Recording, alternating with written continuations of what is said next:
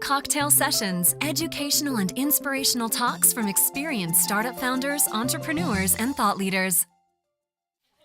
All right, hi everybody. As Frank mentioned, I'm Lauren Thorp, founder and CEO of Umba. So we're kind of in this weird transition period where we used to be called Umba Box, and now I'm trying to train myself that we're now just Umba. So if I slip up, you just know what I'm talking about. It's all the same thing. So I had a really interesting, and have had a really interesting kind of entrepreneurial journey, and just kind of wanted to walk you through those steps through the gradual process. And as Frank was opening up, he mentioned lots of peaks and valleys, and I think every entrepreneur can relate to that. I was miserable in my corporate job. I had been there about 2 years. I was working for a government contractor in international development. Naively got into the job thinking I was going to save the world. Found out I was just a paper pusher and an Excel master, which was fine for the time being, but found myself coming home every night, like literally dreading going to work the next day. And then Sunday nights were the worst, where I would almost be in tears, like, I can't believe the weekend is over. I have to do another 5 days of this. And it just wasn't a sustainable way of life. So the first step for me in my process, in my journey of being an entrepreneur, was I had to get happy. And for me, that meant quitting my corporate job.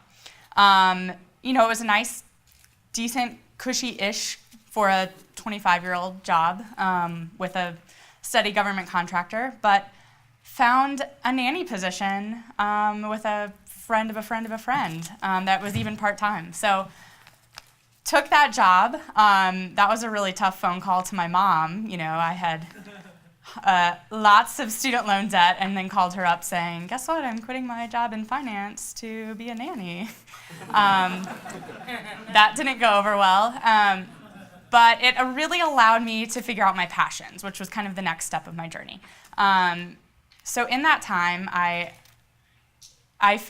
was planning my wedding during that time, actually, and so wanted to use a lot of handmade products in my wedding. I had long loved purchasing them, perusing Etsy, but found myself really frustrated with the process. I noticed that there was tons of cluttered marketplaces. I couldn't find what I wanted. I would be on search page 200 before I really found what I wanted, and began kind of venting to other women about this, and they totally could relate to my problems and shared their frustrations as well. So I knew there was kind of a need in the market. So because I was happy in my life, I felt comfortable kind of taking this next leap. And by leap, it was actually not really a leap. It was just a bunch of small steps to get to where I am now. I didn't have a ton of capital to fund a business and didn't really kind of get this whole idea of outside investors. Didn't really know it was a thing. So I just started a business. I put up a landing page, was really my first step, and just wanted to see if people were interested in it. So my product that I launched with was a subscription box of handmade goods. It was 2 to 3 curated handmade goods for a set price every month, and then I mail subscribers a surprise package of handmade goods. And so I put this on the landing page and found a coupon in Entrepreneur Magazine for Facebook advertising, and used that to drive people to my landing page and collect email addresses. After I had a couple hundred in a few weeks, I sent out an email to those people with a PayPal link and said, I think it's going to be this much. I think this is what I'm doing. It was just very, I don't know what's happening. But apparently people loved it. So I sent that email, went to run some errands, came back, and I sold 30 in an hour. And so I was like, oh, okay, I guess people really do want this. So from there, I just made another small step. I launched a Squarespace site, which is sort of just a drag and drop website editor where kind of any layman can create a website on their own. And so from there, it was working. People were giving me money, and it was sort of surprising. And so my husband, Justin, was involved in the DC Tech scene and one of the co-organizers of the DC Tech meetup. And he comes home from work one day and says, Lauren, I signed you up to present at the DC Tech meetup. And I was like, well, great, I'm not a tech startup, so why did you do that? And so he was like, no, you're totally a tech startup, great, just roll with it. So I'm like, okay, great. So I stand in a room of probably 9 times as many people are in here now. There was, 900 people. It was packed. It was an entire synagogue of people. And I was the last one, I think, to go maybe, but everyone else before me was like, here's my algorithm that I developed and my this and my this. And I was just like, oh my gosh, I'm still not a tech startup. So I presented, did my thing, and everybody in the audience was nodding. It was a whole bunch of dudes too, which was kind of funny, but people really got it. And so that was really encouraging. So I just chatting with people afterwards, and this kind of brings me to my next point, is to take opportunities that come your way. An investor approached me and said, I love what you're doing. Come out to Mountain View and participate in 500 startups. And so I said, okay. So luckily, my husband worked for a startup. They let him work remotely for 4 months in California, across the country.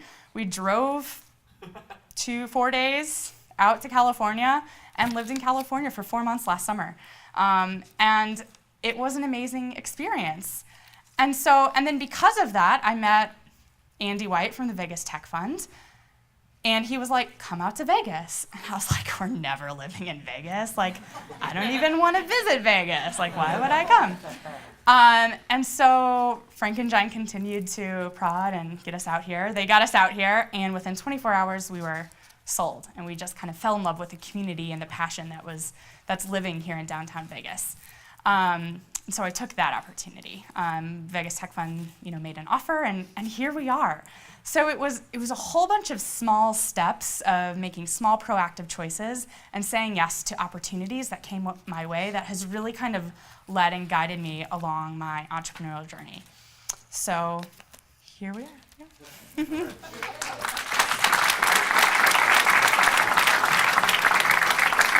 All right. Great stories and baby steps. I'm going to take the first question. Who's got it? Over there. All right. Make me walk. Thanks. There you go. How about what's your next step? Great question. We're actually working on that this week and the next couple of weeks. We're about to kind of undergo a pivot. So as I mentioned in the beginning, we're now rebranding as Umba. So with the subscription box of handmade goods, the thing that we've seen is the most compelling about our business is the stories about the artists coupled with the products. Our subscribers really have fallen in love with the meaning behind the product. So we want to provide a more dynamic platform to share those stories. So we're actually launching a direct sales branch of the company where we'll have direct sales reps called Umbassadors, and they'll host, pretty good, my husband thought of that.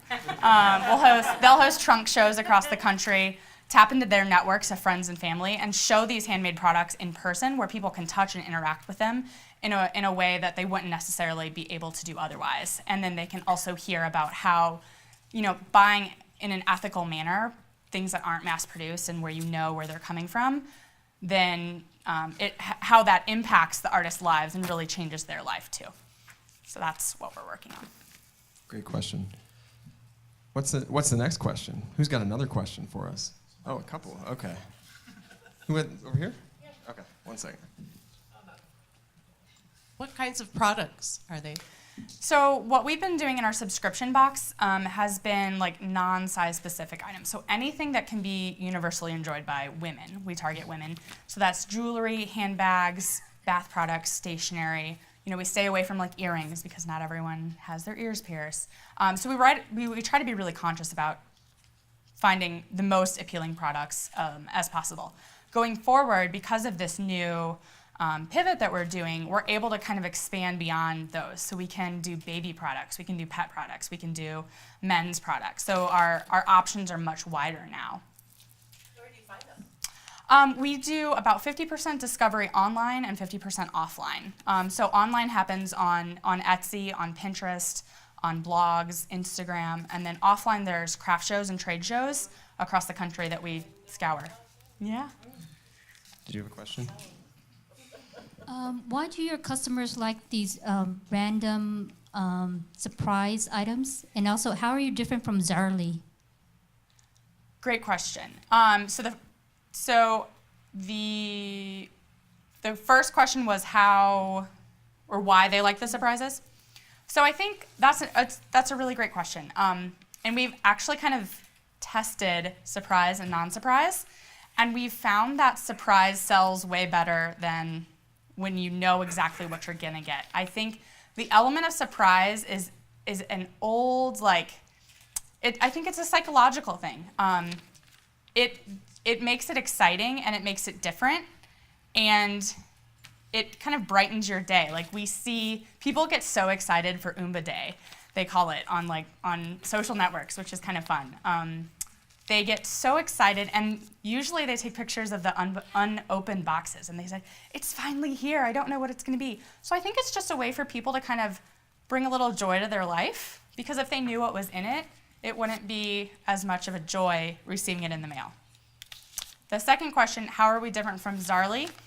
I'm not 100% with Zarly's business model. I think they've changed it recently. Zarly, I believe, is more similar to Etsy, where it's a marketplace model, and artists, it's artists and services, I believe, listed on the site, and then people have to proactively go to those individual sites.